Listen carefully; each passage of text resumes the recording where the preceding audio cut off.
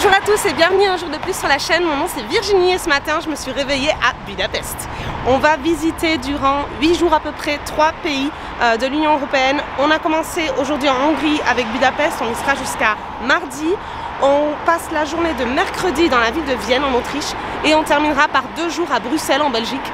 Donc voilà, une semaine très complète et donc une série de vidéos forcément qui va arriver sur ces 3 pays. Hier soir quand on est arrivé à l'aéroport de Budapest, c'était presque 11h, c'était presque 23h15. Du coup quand on est sorti de l'aéroport, on a pris le bus 100E qui en même pas une trentaine de minutes et pour à peu près 3 € nous a amené dans le centre de Budapest. Nous on loge dans le quartier juif, donc c'était super bien parce que l'arrêt où nous a laissé le bus était à peine à 5 minutes à pied du quartier juif, donc très pratique voilà, pour venir à l'appart. Appart dont je vous fais un petit room tour pour que vous puissiez voir si ça peut vous intéresser. En tout cas nous on est très contents, non seulement pour la localisation mais aussi pour le prix et puis voilà pour le style de l'appart. On ne peut pas parler de Budapest sans parler des ruines bars, ces bars en ruine, je ne sais pas comment on les appelle en français, en tout cas des bars qui ont été créés dans le quartier juif, dans une zone qui était totalement abandonnée. Et ce qu'ils ont fait, c'est qu'ils ont fait de la récup. Alors des objets vintage, des objets récupérés par-ci par-là et ils ont monté des bars, c'est la folie, la déco apparemment. Normalement, on y va le soir, surtout pour goûter la fameuse palinka, cette eau de vie hongroise. Mais ce matin, on est dimanche et il y a un espèce de petit marché local à l'intérieur de ce ruine bar. Donc on a décidé voilà, ce matin de pouvoir aller le visiter, peut-être que ça sera plus cool aussi pour mieux voir la déco. Et bien évidemment, on y retournera dans la semaine pour vous montrer l'ambiance des ruine bars le soir.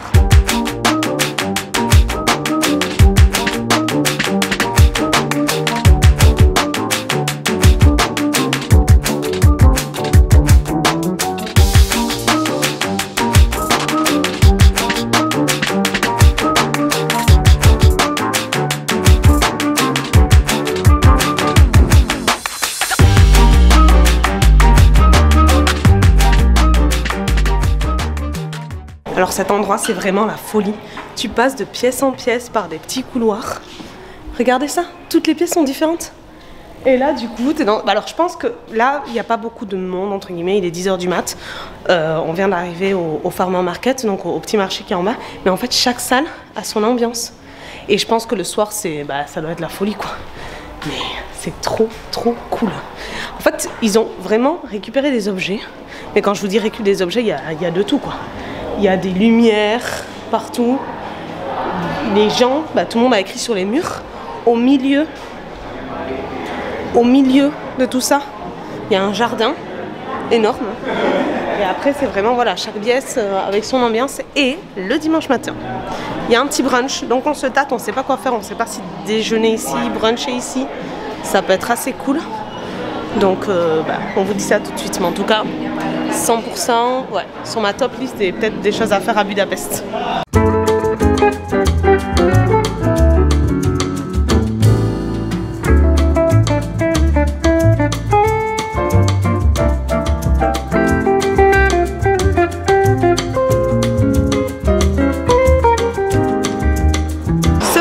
Après avoir fait un petit tour dans le marché de Simplecart, on est venu à peine 3-4 minutes à pied dans un des endroits qui fait partie du top 25 du monde pour venir bruncher ici à Budapest.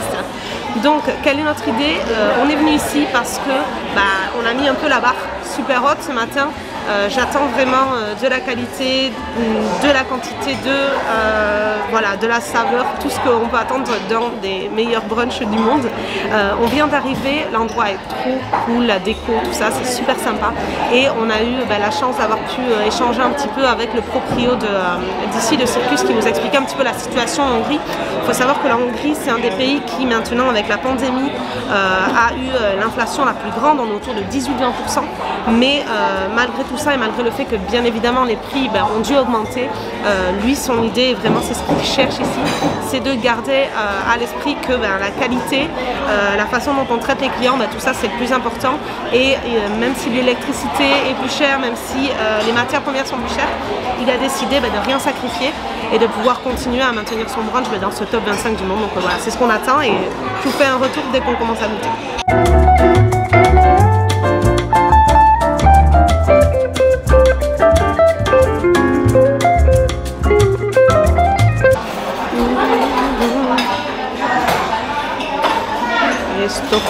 été.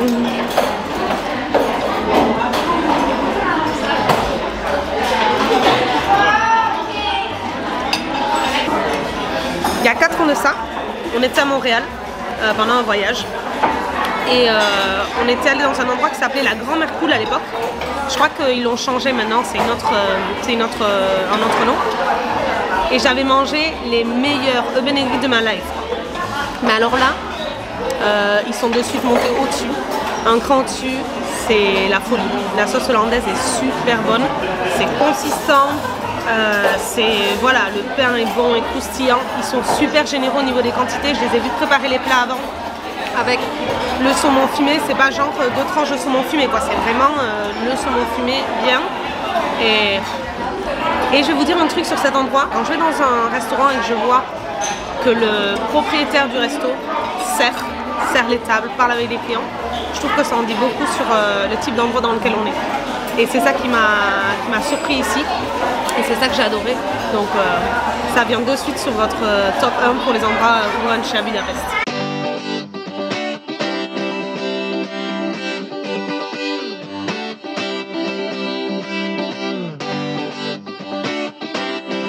Après ce super brunch, on est maintenant dans le centre de Budapest et on vient de passer la place de l'église de Saint-Étienne.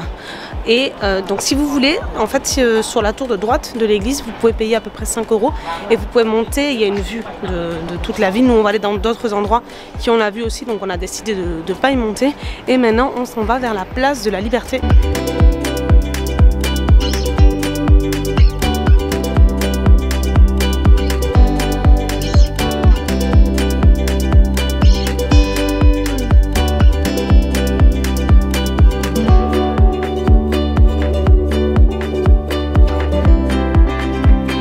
Et on sort maintenant de l'île Marguerite. Donc l'île Marguerite en fait c'est une île qui est située au milieu du Danube, entre Buda et Pest.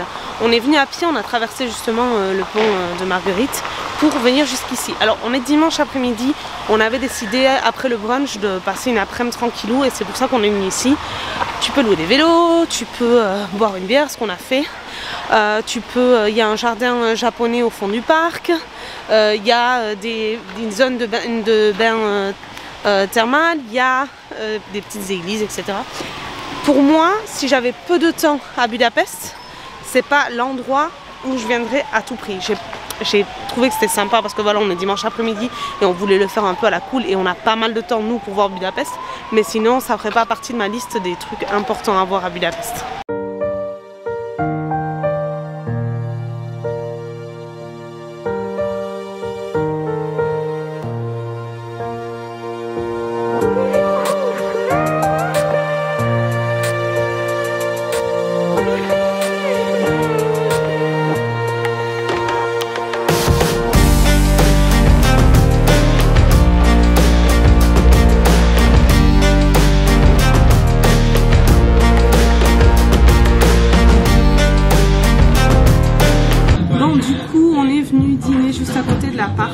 De l'Airbnb qu'on a loué, c'est un endroit qui fait des soupes et des sandwichs. On en a beaucoup entendu parler, ça s'appelle Porse. Je vous laisse le nom dans la description de la vidéo.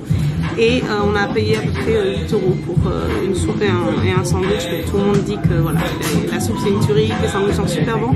Et comme on est bien fatigué déjà de la journée et que demain matin on se lève à 6 h du mat pour aller voir le lever du soleil, on va aller de suite dîner et se reposer pour être en forme pour demain.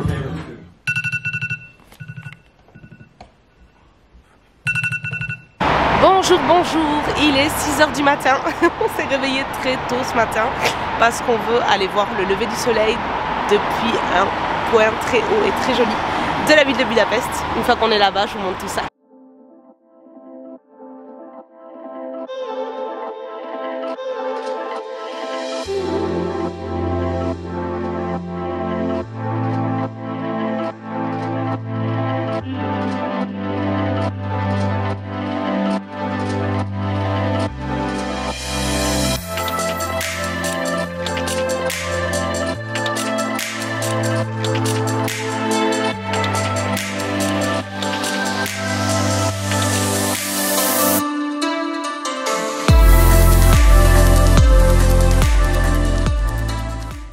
Sans absolument aucun doute, ça a été le meilleur lever du soleil de ma vie. Enfin, le meilleur.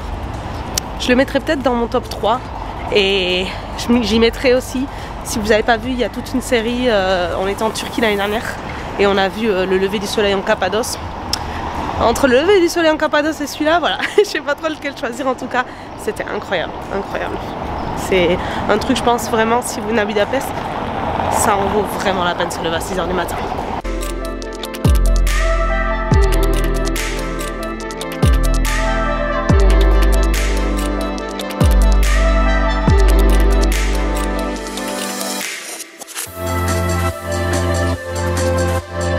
On vient de terminer le déjeuner, on a vu le lever du soleil depuis le bastion des pêcheurs et là on est en train de faire maintenant un free tour du château de Buda et du bastion des pêcheurs pour avoir plus d'infos du coup sur ce qu'on a vu ce matin.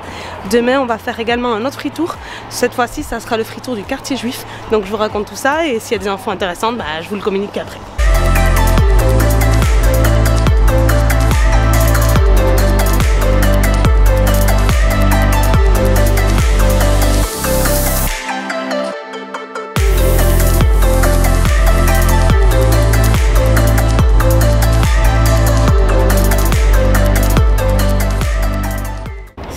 On vient de sortir de manger dans un resto typique donc de cuisine hongroise. Franchement c'était très bon. En plus c'était juste à côté du Parlement. On était à peine à 10 minutes de marche et on avait la visite là du coup pour nous en espagnol à 4h moins le quart. 45 minutes de visite super intéressante et impressionnant à voir le Parlement par l'intérieur. Je vous recommande par contre vraiment de prendre les entrées à l'avance sur le site internet parce que quand on est venu hier il n'y avait plus du tout d'entrée. Et d'ailleurs, on a eu la chance qu'ils en remettent parce que sinon on n'aurait pas pu voir le Parlement. Je vous laisse par contre le site officiel parce que sinon vous allez payer plus que ce que vous ne devez. Je vous laisse le site officiel dans la description. Et en ce qui concerne le repas, je vous laisse quelques images de là où on a mangé. On a mangé donc dans un restaurant hongrois typique. On a mangé des spécialités hongroises. On a mangé un goulash qu'on a partagé. Moi en tant que plat principal, j'ai mangé quelque chose que j'avais déjà mangé en Roumanie. Ça s'appelait sarmale. C'est comme une feuille de chou remplie avec de la viande, des poivrons, des oignons. C'était très bon. Alberto il a mangé un plat de viande en sauce aussi excellente. Le dessert, deux pintes de bière, un café et on a payé à peu près 60 €. Donc voilà. On savait que ça allait pas être les prix le plus bas, mais bon, on voulait manger de la bonne cuisine hongroise, donc très cool. Je vous laisse pareil le nom dans la description parce que imprononçable. Et maintenant on va voir les chaussures sur le Danube et je vous raconte l'histoire là-bas. Maintenant je me trouve sur le bord du Danube et derrière moi il y a le monument des chaussures du Danube. En fait qu'est-ce qui se passe? Je vous raconte l'histoire. En 1944 l'Allemagne vient et envahit la Hongrie. Et entre décembre 44 et janvier 45, ce parti politique qui était nazi va tuer ici plus de 20 000 juifs. Ils vont prendre les juifs, les mettre 3 par 3, leur retirer leurs chaussures parce que ça valait de l'argent et ils voulaient les conserver. Ils vont les attacher 3 par 3, ils vont tirer sur celui du milieu. Et cette personne en tombant dans le fleuve en fait va emporter avec elle les 2 autres personnes avec qui elle est attachée. Et c'est justement pour se remémorer, pour se rappeler de ces 20 000 juifs qui sont décédés, ces juifs qui faisaient partie du ghetto juif de Budapest qui a été créé en 1944 parce que c'est les juifs qui restaient ici à Budapest, les juifs hongrois qui n'ont pas été déportés. Ils ont été assassinés, 20 000 personnes et aujourd'hui il y a 60 paires de chaussures en fer qui sont là pour rappeler justement ce qui a été fait par ce parti et pour la mémoire historique et de ne pas oublier ce qui s'est passé avec ces personnes juives. Ce que vous avez derrière moi c'est le Caravan, c'est un endroit un peu de street food avec plusieurs camions qui vendent des spécialités un peu hongroises mais adaptées en mode street food. Hier soir j'y étais, j'ai trouvé que c'était plein de touristes, les prix j'ai pas trouvé non plus que c'était pas cher, au contraire pour le type d'offres culinaires qu'il y avait j'ai trouvé que c'était pas GG les prix.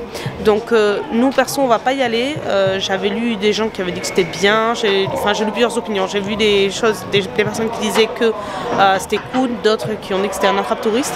Donc je vous le laisse comme option, c'est juste à côté du Simplakert dans le quartier où il y a tous les fameux bars, les ruines bars. Donc vous avez cette option si vous voulez du street food. Et sinon, dans cette rue, c'est là où on a mangé hier soir les soupes et les sandwichs qui étaient très très bons. Dans un endroit appelé Bors, que je vous laisse toujours dans la description comme d'hab.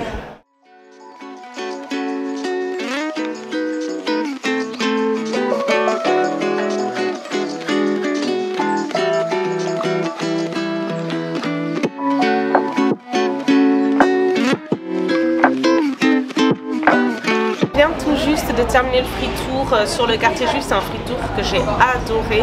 L'histoire était passionnante. Franchement, ils nous ont parlé de toutes les personnes qui ont sauvé les juifs du ghetto de Budapest et en Hongrie en général, et c'était vraiment très très intéressant. J'ai préféré surtout même que le free tour qu'on a fait hier. On vient d'arriver dans un nouvel endroit de brunch. On est en train de tester tous les endroits de brunch possibles et imaginables pour vous. Ça s'appelle Cookie Beacon. Vous allez pouvoir le retrouver également à Barcelone, mais pas sous ce nom-là. Il s'appelle Al Sur à Barcelone. Je les avais déjà testés d'ailleurs avec deux amis à moi lors d'un week-end à Barcelone. Et on a très bien mangé. C'est excellent. Et on n'a pas payé cher franchement, parce que tout ce que vous voyez là, on a payé à peine 27 €. Donc je trouve que c'est très raisonnable. Et c'était surtout super bon. Cet après-midi, on va voir ce qu'il nous reste à voir encore de Budapest dans le dernier jour complet qui nous reste sur la ville. Il nous reste encore jeudi matin. Mercredi, on s'en va passer la journée à Vienne. Il y aura un autre vlog qui vient pour vous raconter tout ça. Et voilà, maintenant on a les forces à fond. On a récupéré de nos forces, donc on continue la visite et je vous retrouve plus tard. Hey! On vient d'arriver maintenant dans un des plus grands parcs de la ville. Vous avez vu dimanche le parc de l'île Marguerite. Maintenant on est dans celui qui s'appelle le parc de la ville. Je vous laisserai le nom en hongrois parce que je crois que ça s'appelle Vársglott, quelque chose comme ça. Vous connaîtrez certainement ce parc pour l'une des attractions, due à l'une des attractions touristiques la plus importante de Budapest, qui sont les thermes qui sont juste à côté de moi. Alors c'est vrai, quand on parle de thermes, on pense souvent un peu aux personnes âgées qui vont faire des cures, etc. Ici non, c'est un endroit très cool qu'il y a à Budapest pour passer une matinée, une après-midi, surtout que ce sont des thermes qui sont à l'air libre avec l'eau assez chaude.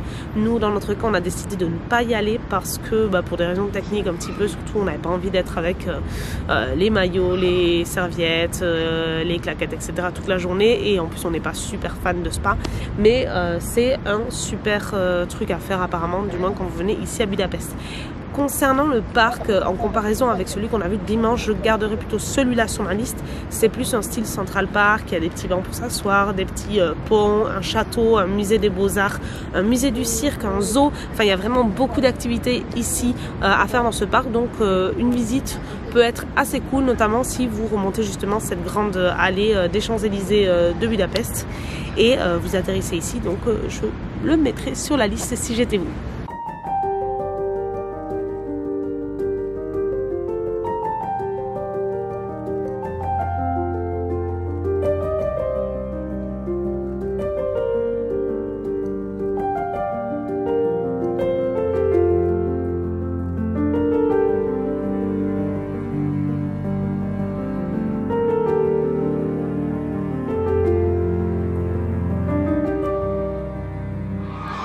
On est venu ce soir tester tout ce qui est la street food hongroise. On est venu chez Retro Langos, c'est pour tester les langos. Alors les langos, c'est un peu si les Italiens ont leur pizza, les Hongrois ils ont leur langos. Ils utilisent une pâte comme si c'était la pâte, vous savez, les churros espagnols, ou alors la pâte un peu à choux mais un peu frite. C'est la base de leur langos, et par-dessus ils mettent de la crème fraîche, du fromage, de l'ail, des oignons et tout ce que vous pouvez imaginer. Après c'est personnalisable tout à fait. Ça coûte à peu près 5 € et soi-disant cet endroit Retro Langos c'est le meilleur à Budapest pour pouvoir tester ses spécialités. Love is love. Love is love.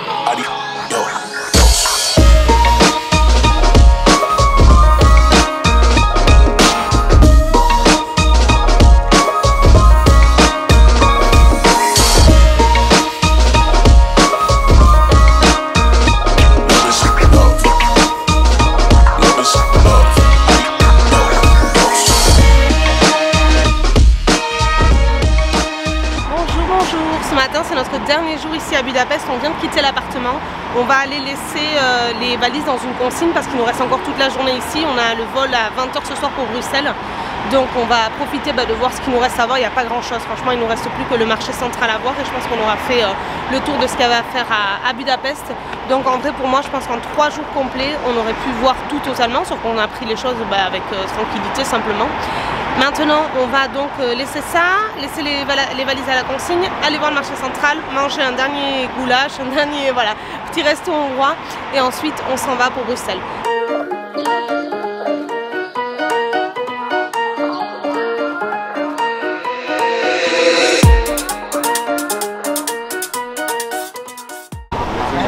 On vient de sortir du marché central et j'ai pas trouvé ça fantastique. On va dire que c'est un peu le piège à touristes, surtout la partie d'en haut. Je sais pas. La partie du bas, c'est clair que c'est pour les gens du quartier qui viennent faire leurs courses. D'ailleurs, c'était un peu surprenant parce qu'en fait, il y a beaucoup de viande qui est vendue, par exemple, chez le boucher. Mais ils vendent pratiquement que du poulet et du canard. On voyait pas d'autres types de viande. Après il y avait des fruits, légumes, etc. Et on voyait que c'était les gens du quartier vraiment qui venaient acheter. Il n'y avait pas beaucoup de monde dans la partie du bas. Mais dans la partie du haut, les prix de la nourriture, j'ai trouvé ça très excessif.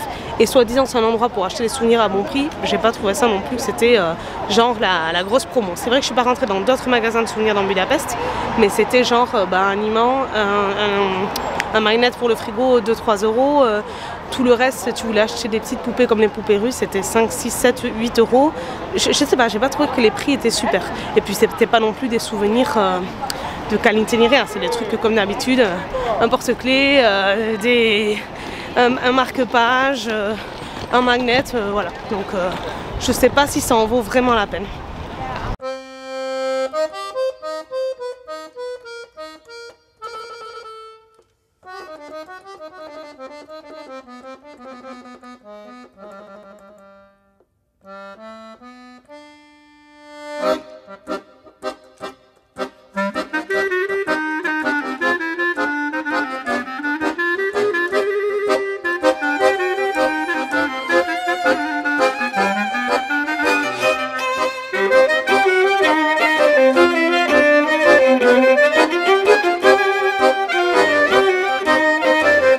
Je me répète peut-être, mais je veux vraiment être claire sur un point, c'est par rapport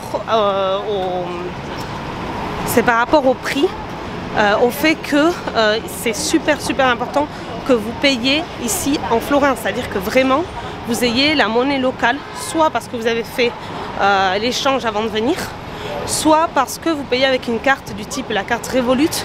J'en parle souvent, c'est la carte avec laquelle on voyage tout le temps nous, et c'est pas sponsor vraiment, c'est la carte que j'utilise depuis 4 ans et c'est une carte avec une application qui permet de faire directement en ligne le changement à des monnaies locales, tout type de devise. Donc je vous donne un exemple de ce qui se passe si vous payez ici en euros au lieu de payer avec la monnaie locale.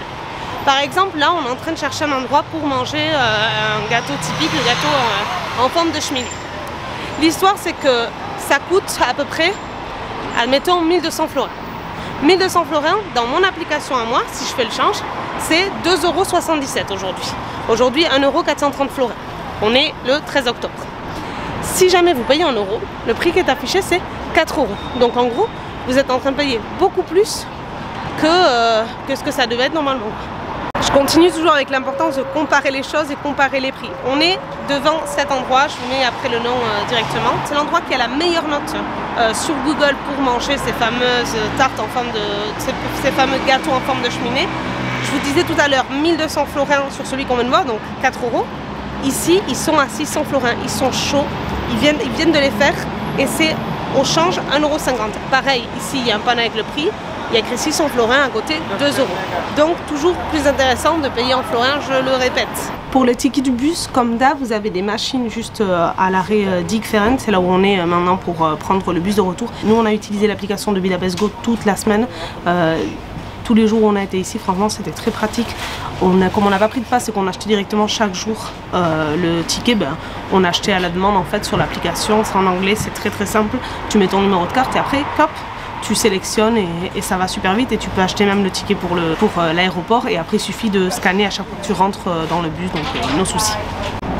Et c'est la fin de ce voyage à Budapest. On a adoré être dans cette ville, franchement. Je pense qu'on reviendra parce que c'était vraiment un petit coup de cœur cette ville. Maintenant il y a le vlog de Vienne qui arrive bientôt et là on s'en va à Bruxelles, donc aussi un vlog de Bruxelles à venir. J'espère en tout cas que ça vous aura plu. Si vous avez des questions, n'hésitez pas comme toujours à les laisser dans les commentaires de cette vidéo. Abonnez-vous à la chaîne pour ne pas perdre les prochains vlogs qui arrivent bientôt. Et je vous remercie et on se voit très vite dans une prochaine vidéo. Ciao!